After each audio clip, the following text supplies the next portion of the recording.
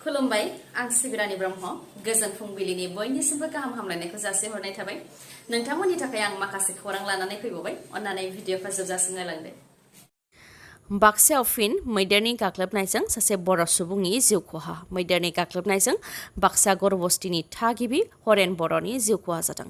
भारत भुटान सिमना दक्षिण कुसि ओनसोलनि गरबस्तियाव मैदेरनि उदखार फोरमायथिनाय बादिब्ला हाग्रानिफ्राय फैनाय मैदेरा उदखार खालामफैनायखौ रायजो राजाफ्रा होनो थाखाय थांदोंमोन अब्ला समा मोनानि 10:30 रिंगासो जाबायमोन होननानै फोरमायथिदों गामिनि रायजो राजाफोरजों लोगोसे हरेन बर'आबो मैदेरखौ नायनो थाखाय थांफादोंमोन नाथाय खाफाल गाज्रि बिथाङा हाग्रानि मैदेरजों गाग्लोबजानो गोनां जादों जायनि थाखाय बिथाङा जिउ खोमानो गोनां जादों फोरमायथिनाय बादिब्ला हरेन बर'नि नखराव हरेन बर'जों लोगोसे बिसि आरो सानै फिसाफोर दंमोन आरो हरेन बर'आ नखरनि सासेल' रां आरजिग्रामोन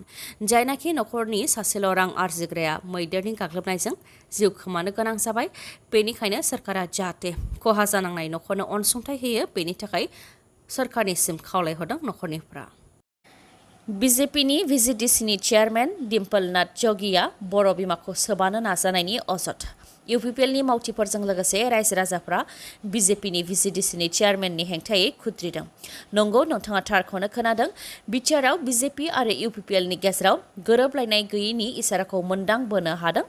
UPPL आरो BJPनि दैदेनगिरिफोरा माखासे सान सिगांसो गोरोबलायै माखासे खोथाफोर बुंबोनायखौ नुनो मोननायनि उनाव UPPL आरो BJPनि मावथि आरो मददगिरिफोरनि गेजेरावबो गोजोन गैयैखौ नुनो मोननाय जादों बनरगाव BTC बियाबनि सिङाव थानाय मागुरमारि VGDCनि चेयारमेन डिम्पल नाथ जगिनि हेंथायै खुद्रिदों UPPLनि मावथिफोरजों लोगोसे रायजो राजाफ्रा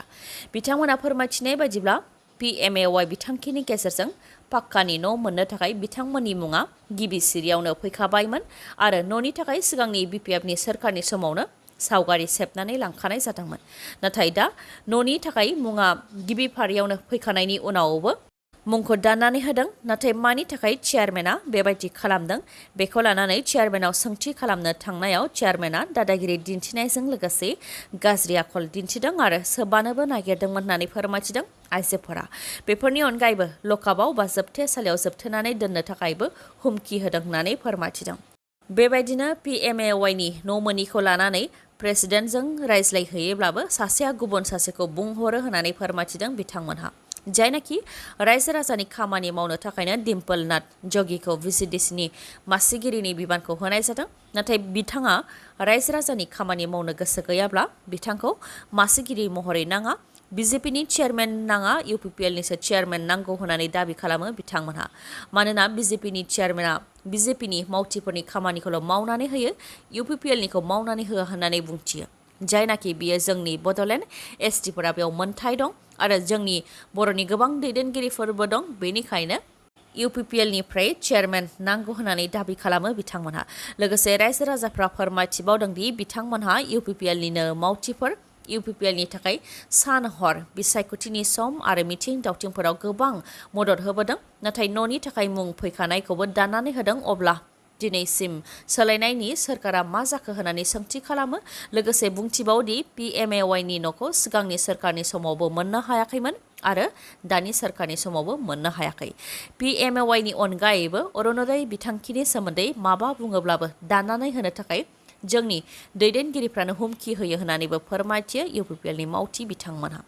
बेनिखायनो प्रमद बर' आरो लरेन्स इस्लारिया फैनानै जाहाथे थासारिखौ नायफैयो बेनि थाखायबो खावलायहरो गुबुन फारसेथिं प्रमद बर'आ बे ओनसोलनि सेसापानि गामिनि क्लाब आरो बैसागुनि थाखाय माबा मोनसे होलांनो थाखायबो खोथा होदोंमोन नाथाय दिनैसिम होआखै बिथाङा थगायदों होननानैबो अजद होयो UPPLनिनो मददगिरि रायजो राजाफ्रा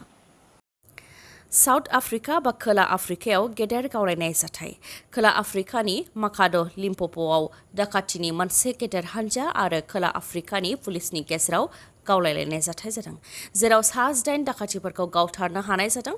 8 गावथारजानाय दाखाथिफोरनि मादाव 8 हौवा दाखाथिफोरमोन आरो 2 आइजो दाखाथिफोरमोन फोरमायथिनाय बादिब्ला माखासे ओनसोलफोराव गोलाव समनिफ्रायनो गेदेर गेदेर दाखाथि जाथायफोरा जाबोबाय थादोंमोन आरो फिन दाखाथिफोरा बेंकनिफ्राय गोबां लाख रां लुथिनो थाखाय थाग थियारि जादोंमोन बेखौ इन्टेलिजेन्स हान्जाया संदानबोगासिनो दंखायोमोन बा नोजोर होबोगासिनो दंखायोमोन। बे लेखायै बेंकनिफ्राय गेदेर लुथिनो थांनायखौ खौरां मोननानै इन्टेलिजेन्स हान्जाया पुलिसनो खौरां हरदोंमोन। बेयावनो पुलिसा अपारेशननि थाखाय ओंखारबोदोंमोन। उनाव बेंक लुथिनो फैनाय दाखाथिफोर आरो पुलिसनि गेजेराव गावलायलायनाय जादों, जेराव दाखाथिफोरनि 8 दाखाथिफोरखौ गावथारनो हादों आरो गावथारजानाय 8 मादाव 6 हौवाफोर आरो 2 आइजो दाखाथि होनानै मिथिहोदों। दाखाथिफोरखौ गावथारनो हानायजों लोगोसे दाखाथिफोरनिफ्राय गोबां हाथियार, बम, गं 10 हाइ पावार थानाय गारि, अट'मेटिक राइफल बायदिखौ हमनो हादों होननानै साउथ आफ्रिकानि पुलिसा मिथिहोदों। रन्जन दैमारिनि थाखाय गोसो मोदोम जिउ होनानै जोंनि सोरखारा सिं सिं माबायदि खामानि मावदों बेखौ जोंसो मिथिगौ। बेखौ दल दामनानै खोन्थानो नागिराखै। बे खोथाखौ बुंथिदों एम रनजित बसुमतारिया। फोरमायथिनो गोनांदि BPF दोलोनि गाहाय हाग्रामा महिलारि बिथाङा बावैसो सान सिगां प्रमद बर'नि सायाव आरो प्रमद बर' सोरखारनि सायाव माखासे बिबुंथि होनायनि हेंथायैनो एम रनजित बसुमतारि बिथाङा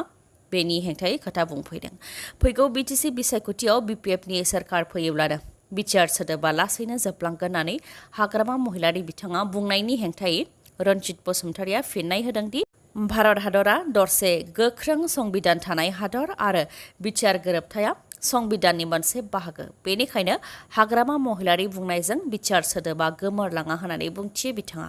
बेनि अनगायैबो रन्जन दैमारिजों लोगोसे जोबथेसालियाव थानाय NDBफोरखौ प्रमद बर'नि सोरखारा उदां खालामनानै होनो हायैखौ लानानै हाग्रामा महिलारिया बिबुंथि होनायनि सायावबो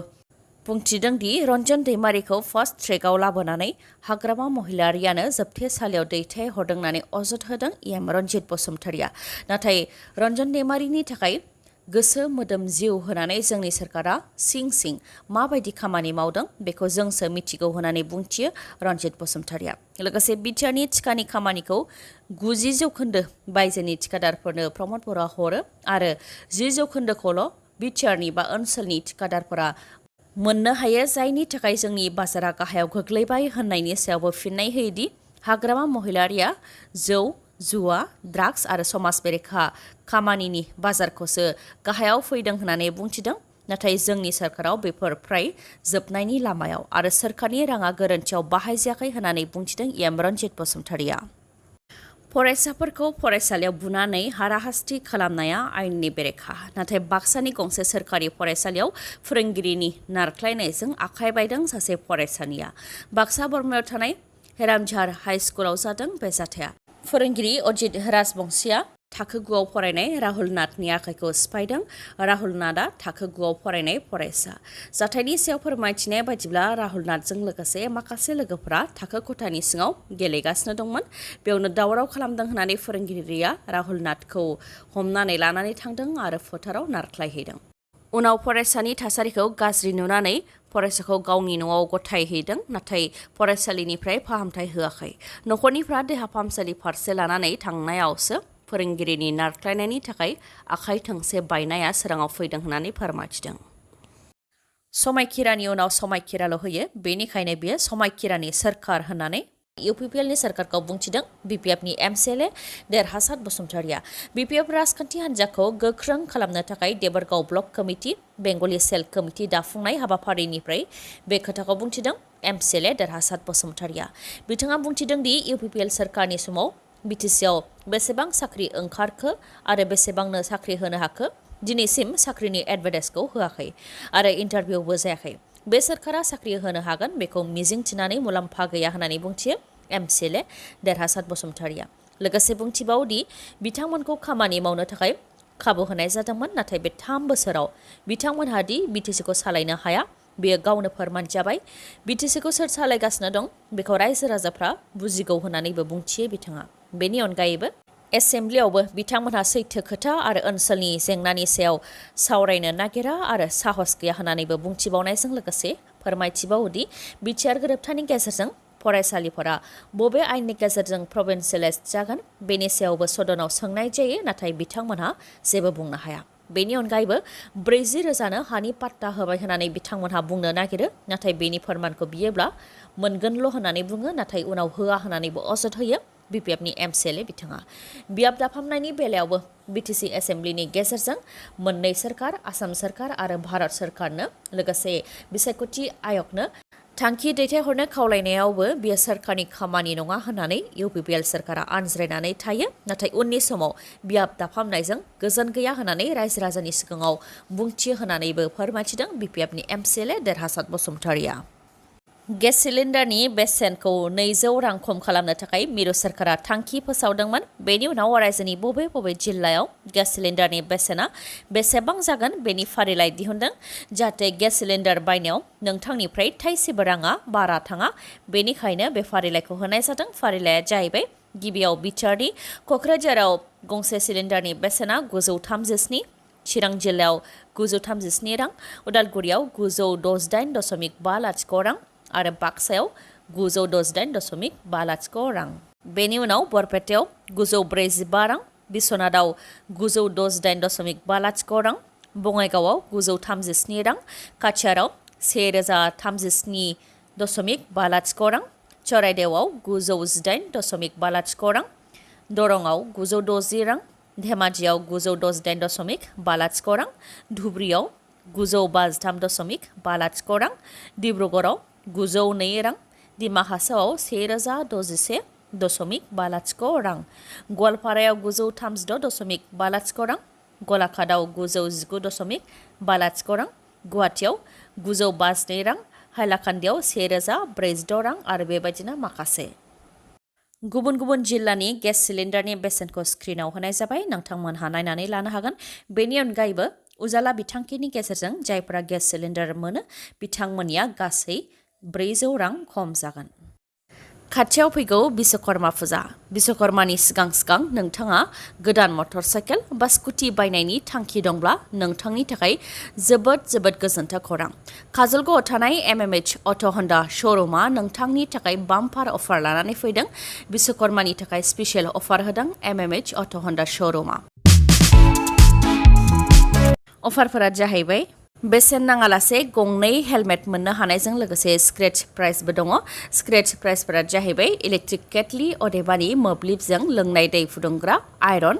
इमार्सन हिटार रड अदेबानि जायखिजाया दै गुदुं खालामग्रा हट वाटार बथल अदेबानि दै गुदुं लाग्रा बथल लेडि बाइसाइकेल आरो 1000 रां केशबेक बेफोरनि मादाव नोंथाङा मोनसे नङा मोनसेखौ मोननो हाथारगोन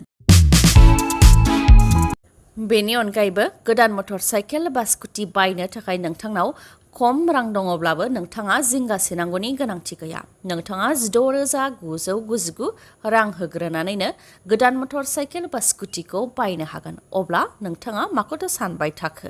गोख्रैनो काजलगावआव थानाय MMH अट' हन्डा श'रुमनिफ्राय गावनि सिमांनि मटर साइकेल बा स्कुटिखौ